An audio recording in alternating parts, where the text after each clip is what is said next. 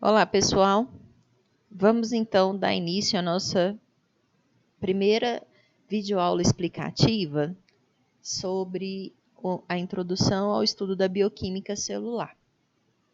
Como vocês viram, na nossa live do dia 29, eu falei com vocês que a bioquímica celular é o ramo da biologia que se dedica ao estudo da composição e das propriedades químicas dos seres vivos.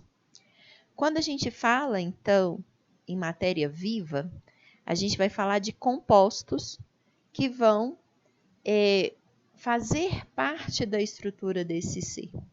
E todas as formas de vida que nós conhecemos, elas têm essas características em comum. Então, a gente precisa discutir melhor as propriedades desses elementos, dessas moléculas. Quando a gente fala dos elementos químicos na natureza, a gente tem uma diversidade de elementos muito grande. A tabela periódica ela reúne mais do que 90 elementos químicos. E desses elementos, apenas uma quantidade bem restrita pode ser encontrada nos seres vivos.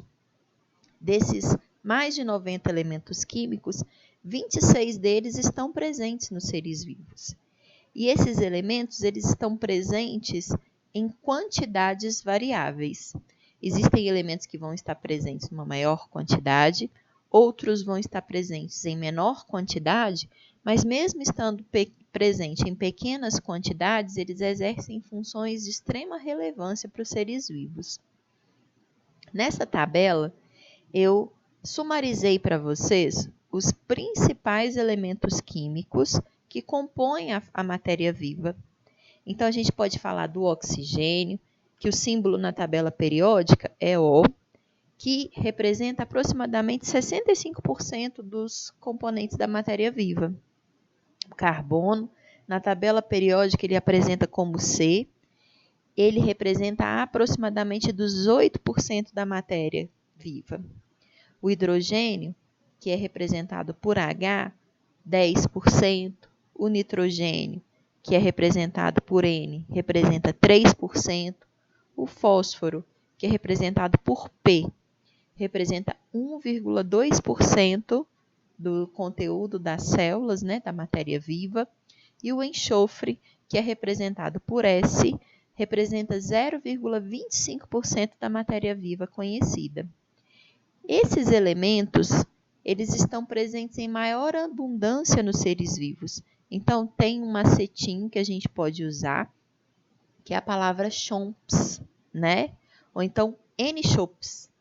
Quando a gente fala N-CHOPS ou CHOMPS, a gente está fazendo uma referência aos principais elementos químicos que compõem a matéria viva, Então, N de nitrogênio, C de carbono, H de hidrogênio, O de oxigênio, P de fósforo, S de enxofre.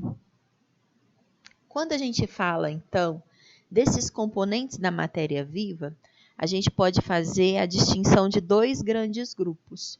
O primeiro grupo é o grupo das substâncias inorgânicas e o segundo grupo é o grupo das substâncias orgânicas.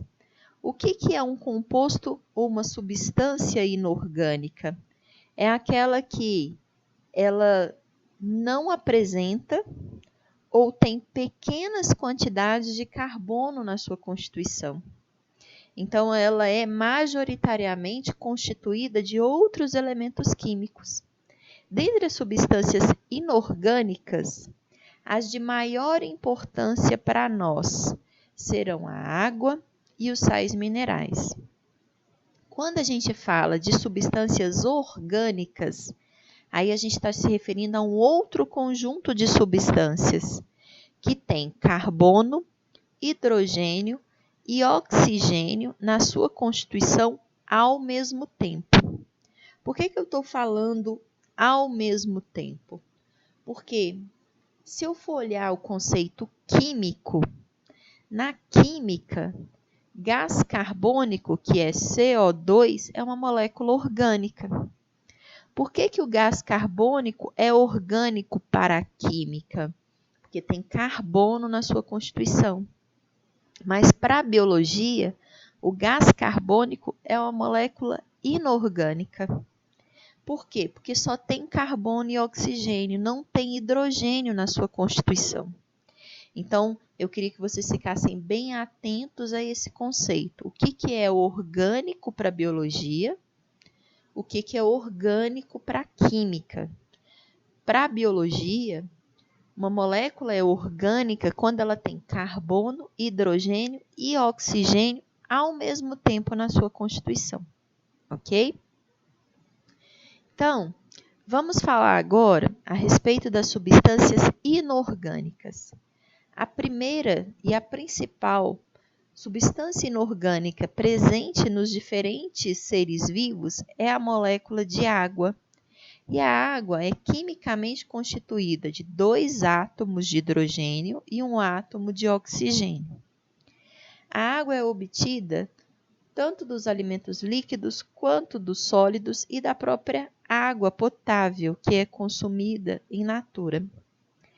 E ela compõe a maior parte dos seres vivos.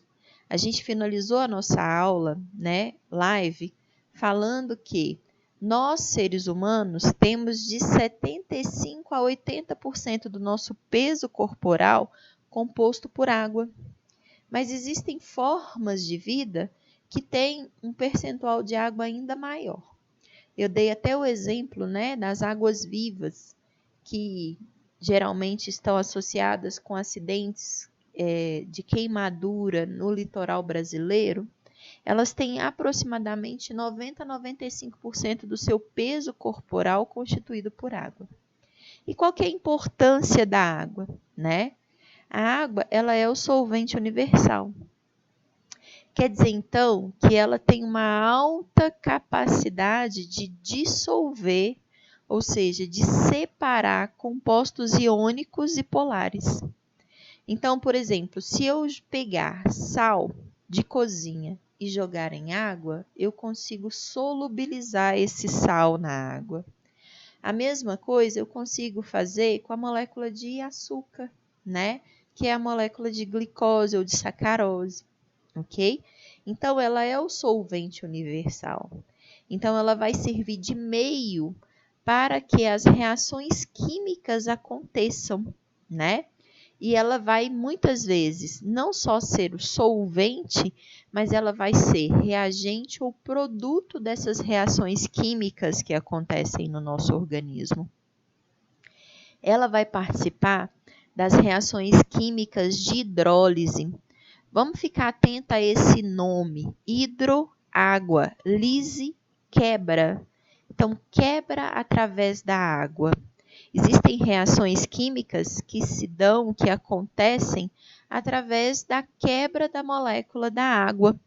Então, por exemplo, quando eu pego a sacarose, que é o açúcar presente nas frutas, e misturo essa sacarose com água e uma enzima chamada sacarase, que é a enzima responsável pela degradação, ou seja, pela digestão da molécula de sacarose, eu consigo fragmentar essa sacarose nos seus constituintes elementares, que são a molécula de glicose e a molécula de frutose. Então, a sacarose é um exemplo de um disacarídeo, É um açúcar mais complexo, que, mediante a ação enzimática no meio adequado, que é o meio aquoso, vai favorecer a quebra dessa sacarose nos seus elementos fundamentais, que são a glicose e a frutose. A sacarase, gente, ela sai também ilesa nesse processo, porque as enzimas, apesar de favorecerem a ocorrência de reações químicas, elas não são consumidas no processo. Então, se entram 10 enzimas no início da reação, vão ser geradas ao final as mesmas 10 enzimas. Elas participam da reação, mas elas não são consumidas no processo.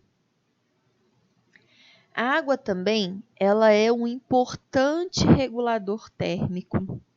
O que seria um regulador térmico?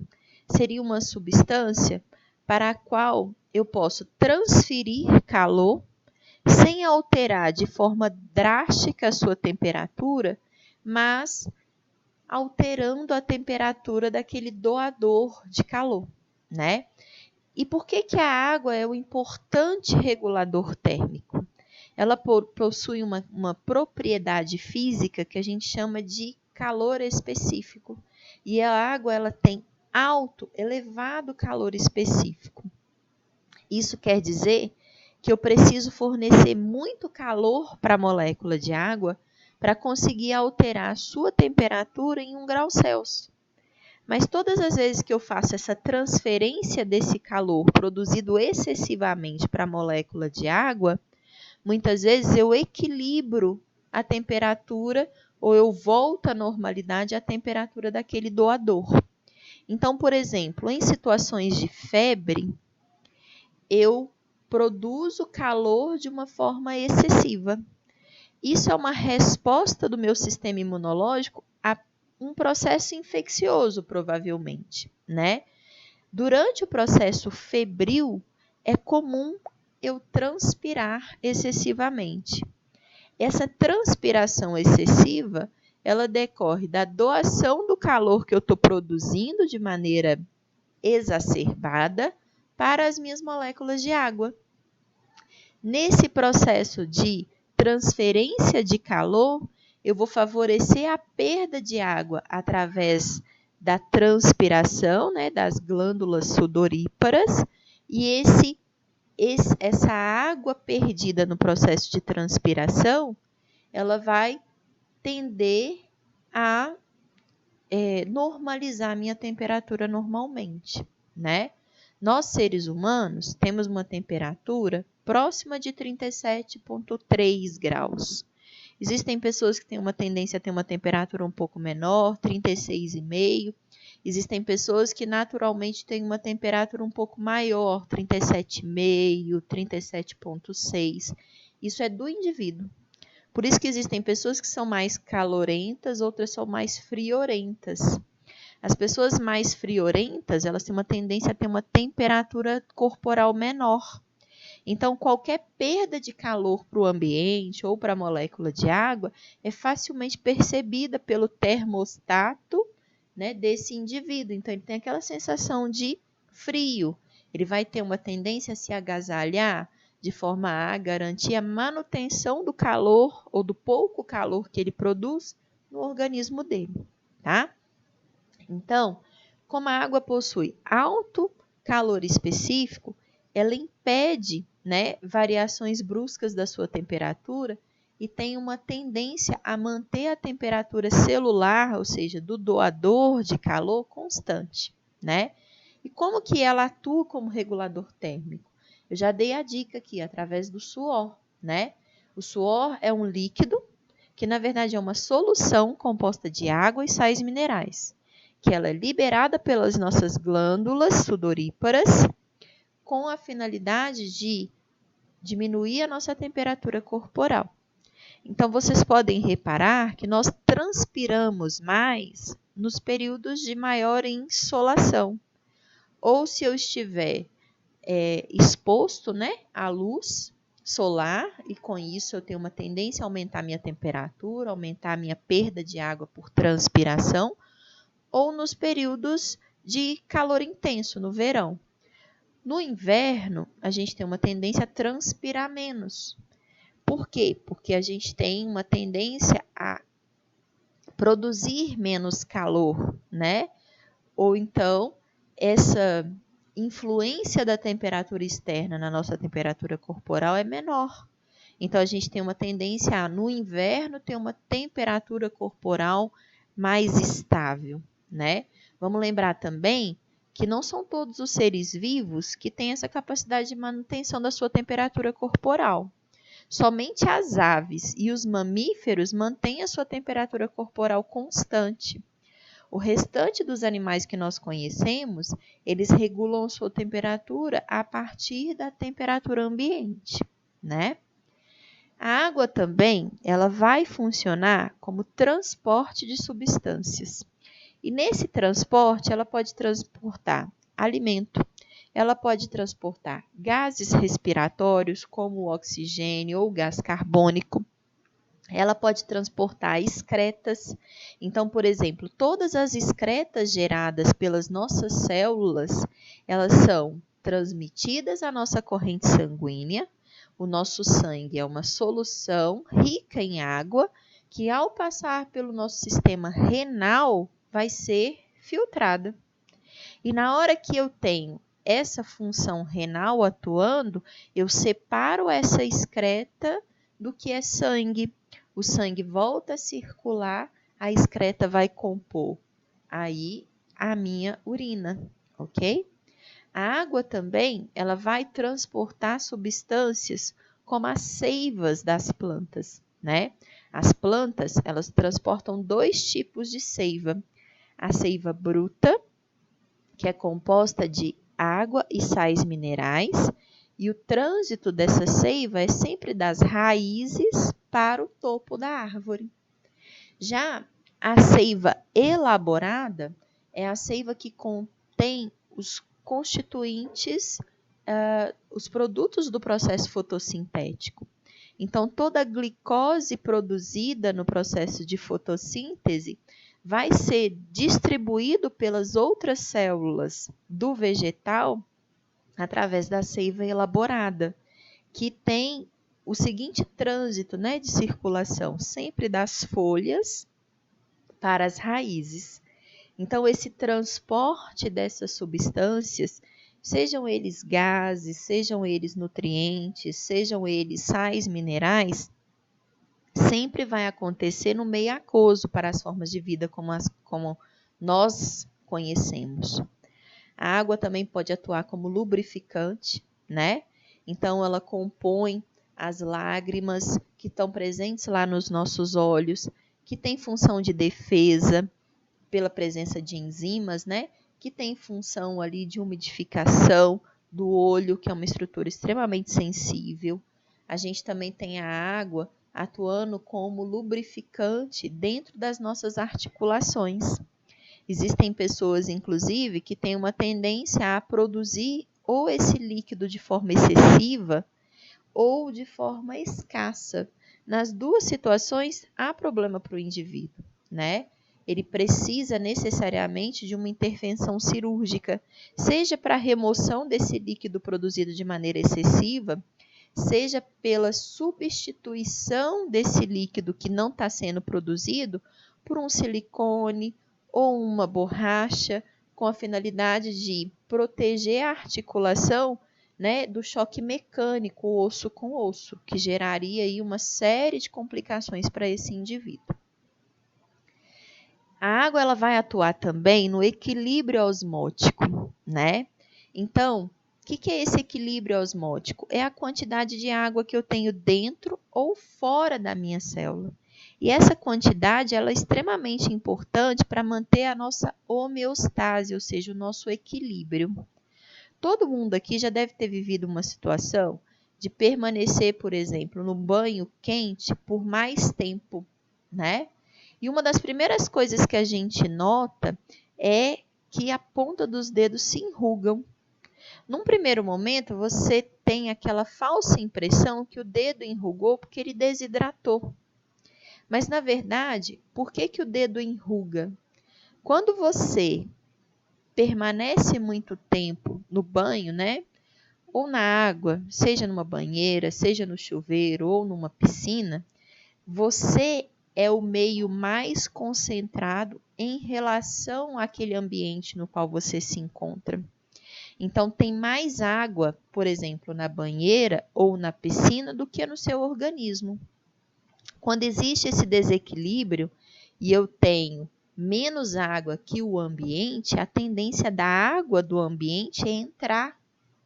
Ela vai entrar, passar pela membrana plasmática das minhas células, entrar pelos meus poros. E aí, essa absorção de água de maneira excessiva, a água ocupa espaço. Essas células, então, vão aumentar de volume.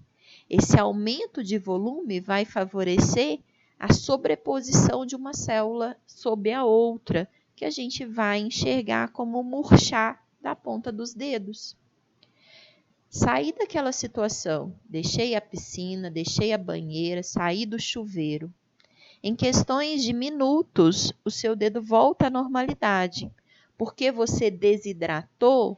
Não, porque essa água que entrou nas suas células se distribuiu de maneira igualitária entre todas as células ali da sua derme, da sua epiderme, e você volta a ter as células na sua concentração habitual, ok? Vamos falar de alguns fatores que vão influenciar na quantidade de água num organismo. O primeiro fator que pode interferir na quantidade de água num organismo é o fator idade. Quem que vocês acham que tem maior água no organismo? Um feto em formação ou um idoso? Né? Essa resposta ela é um tanto intuitiva. A criança, quanto mais nova ela for, maior o teor de água. Por quê?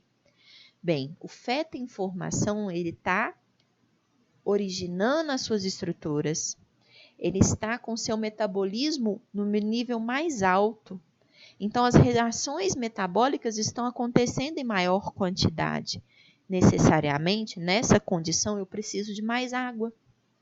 Se eu comparo um feto em formação com um bebê de 1 mês de idade, esse bebê de 1 mês de idade tem menos água do que o feto.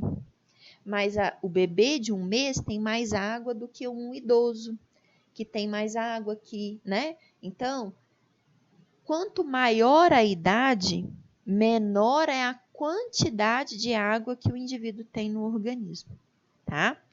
Fetos, em média, 94% do seu peso corporal é água, adultos 70%, o idoso tem uma perda de água aí, então ele tem mais ou menos 60% do seu peso corporal de água. Outro fator que vai interferir na quantidade de água no organismo, a espécie. O homem tem 70% do seu peso corporal constituído de água. Mas as águas vivas, a gente viu, 90, 95 aqui, 98%. As sementes das plantas, vamos pensar, por exemplo, numa semente, uma amêndoa. Uma amêndoa, ela tem aproximadamente 15% do seu peso corporal de água. O restante são outros elementos. Então, dependendo da espécie que eu estiver tratando, eu vou ter um maior ou menor percentual de água, ok? O terceiro fator, a gente já citou, ele está bem relacionado à idade, é a atividade metabólica. Quanto maior a atividade metabólica, maior o teor de água. Então, por exemplo, no nosso organismo, o nosso encéfalo, ele é constituído de mais de 90% de água. Por quê? Porque a atividade metabólica no encéfalo ela é altíssima. Então, necessariamente, o teor de água para esse tecido funcionar também tem que ser alto. A nossa musculatura ela tem uma atividade metabólica um pouco menor.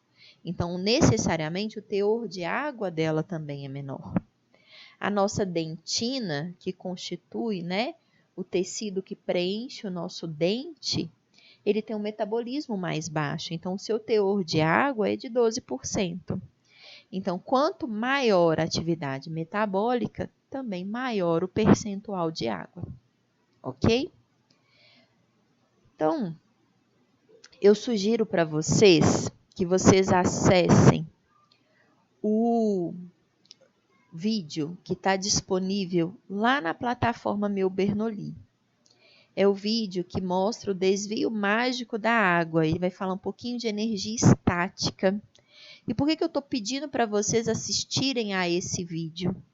Porque a gente, na nossa próxima aula, vai falar extensivamente das propriedades físicas da água. E a gente vai conseguir enxergar essas propriedades físicas vendo esse videozinho curtinho que está aqui no link que está disponível para vocês. Se vocês acharem mais fácil, esse mesmo link está disponível lá na plataforma Meu Bernoulli, dentro da unidade A3, ok? Do livro de vocês. Então tá, pessoal. Até a próxima oportunidade, ok?